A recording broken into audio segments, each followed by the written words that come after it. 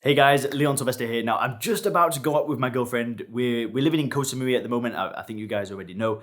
So we moved to an island to escape the burning season of Chiang Mai, and we are going to a viewpoint. Sometimes you've got to go with the flow, right? So she wants to go there, so we're gonna head there. But there's just a very quick message that I want to share with you before I go. Somebody recently left a question talking about how do you socialize without drinking? So as we know right now, the lockdowns are in full swing in a lot of countries, and you may be experiencing some kind of lockdown at the moment, or the restaurants might be shut, or the bars might be shut, or whatever. And maybe right now you're drinking, maybe you're sober.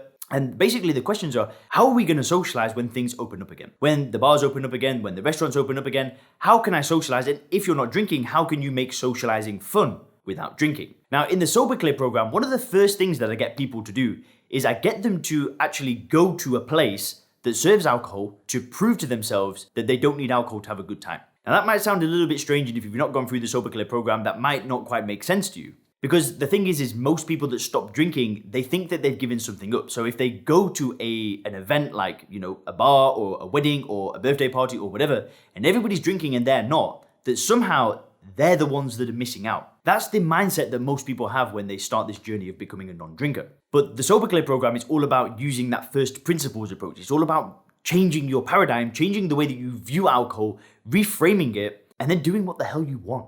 And if that means that you want to go to a bar, to meet members of the opposite sex, to go on a date, to go to a restaurant that serves alcohol with your wife, to go out with your son that's 23 years of age and he goes for a beer, if you still want to do those things because you have a genuine enjoyment, you should do them. You should not try to avoid alcohol.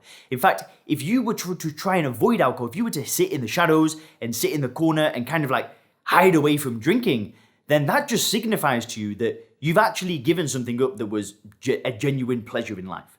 If you were to avoid alcohol, it's just the wrong mindset, because all you're doing is using willpower. And we know that the willpower method is an extremely ineffective way to stop drinking, because the willpower method still puts alcohol on a pedestal. You're still having to resist not drinking it. But the trick isn't to do that. It's to build the paradigm where you see it for what it is, by the courses, by the programs, by the books, by doing the podcast, by watching the videos, and then just living your life as normal. So I have one member of the Sober Clear program called Ray.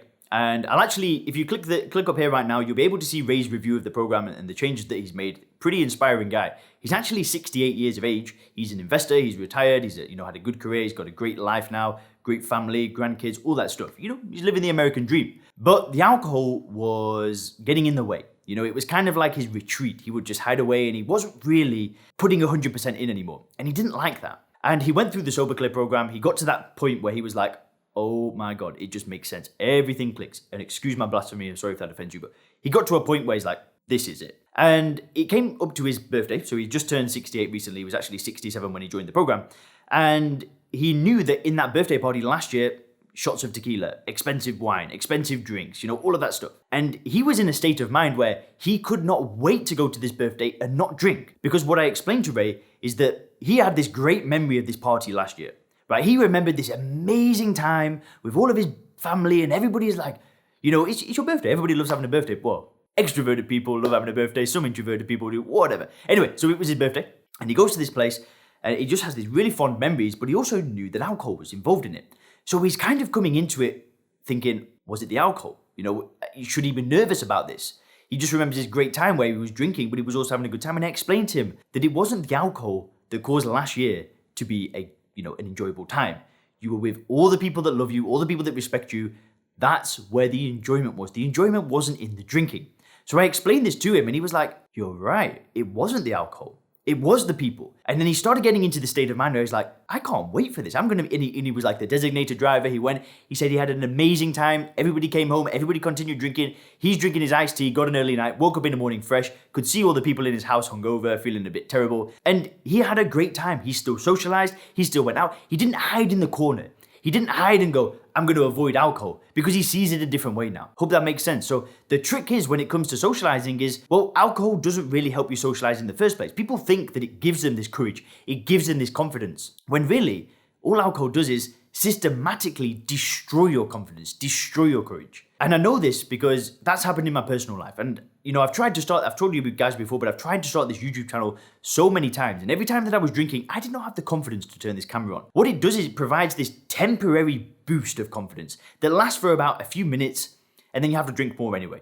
And it does not give you confidence. It does not give you courage. It doesn't help you socialize. And if you are at a point where you've got very low self-esteem and you feel like you need alcohol to just kind of get into the groove of things at a party, and if you're the type of person that thinks that, well, my life's not in a good order right now, I've not got anything going for me, so if I go to a party and I drink, well, at least I can loosen up. That's just a ridiculous reason to drink, right? If you're in a position where you're not happy with yourself, you don't have real confidence because your life's in shambles, then drinking alcohol is not really going to help you solve that. And it's why I say that stopping drinking shouldn't just be about stopping drinking, right? It's about building the paradigm, seeing it for what it is, and then immediately going towards a better quality of life. It's making yourself awesome. It's building that real confidence, the real courage. It's making yourself a confident person that doesn't have an issue with socializing, that doesn't have an issue with meeting new people, introducing themselves to people, building new relationships, building new friendships. And if you think that alcohol is actually going to support you during that,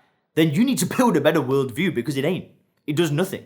If you can build real, true, natural confidence and you go and meet new people, that is going to be night and day different to, relying on a drink that does nothing for you in the first place. So the point of the matter is, when things open up again, don't avoid alcohol. Don't avoid the places. If you go to a place and you stop enjoying it because the drinks are flowing and people are just getting obnoxious and drunk and you're not having a good time anymore, leave. But if you go to a barbecue and all your best friends are there and everyone's having a great time and you're having a great time but not drinking, what's the problem? What's the issue? Just do what you were going to do anyway. But then if people just start getting out of hand, just leave. It's really that simple. Anyway, guys, if you do want my help stopping drinking, there's some videos to watch in the description. You'll be able to book a call to see if the Sober Clear program is right for you. And if you click the videos on the screen now, you can learn more about the reframing technique, as well as the one thing that got me to stop drinking forever. Thanks a lot.